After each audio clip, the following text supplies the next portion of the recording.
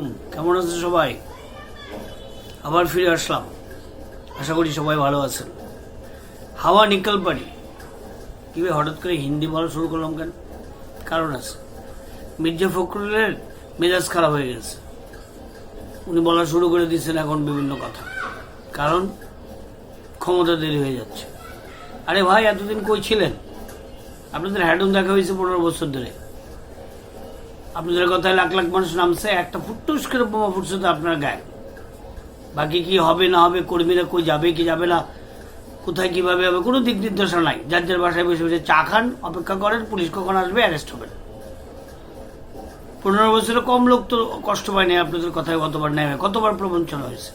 এখন আবার সেই সেকেন্ড আরেকটা ফ্যাসিস্ট গভর্নমেন্ট তৈরি হওয়ার জন্য আপনারা পাগল হয়ে গেছেন। কখন ক্ষমতায় যাবেন? সংবিধান সংশোধন করতে গেলে পার্লামেন্ট লাগে। হু টোল্ড ইউ? কে বলছে আপনাকে? কোথায় লেখা আছে? বাংলাদেশের প্রথম সংবিধান কোন পার্লামেন্টে পাশ হয়েছিল? পার্লামেন্ট ছিল তখন?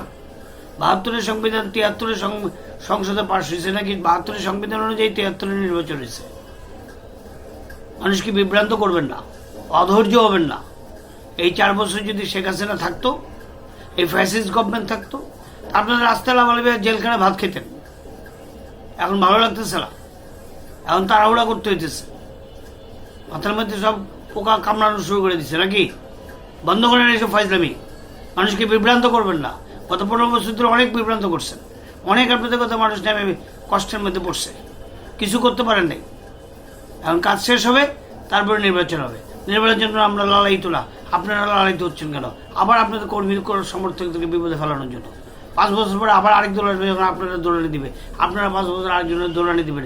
এসব দৌড়ানির জন্য দৌড়ানি বন্ধ করেন, বহুত দৌড়ানি হয়েছে। আসসালামু আলাইকুম, আপনারা ভালো থাকবেন।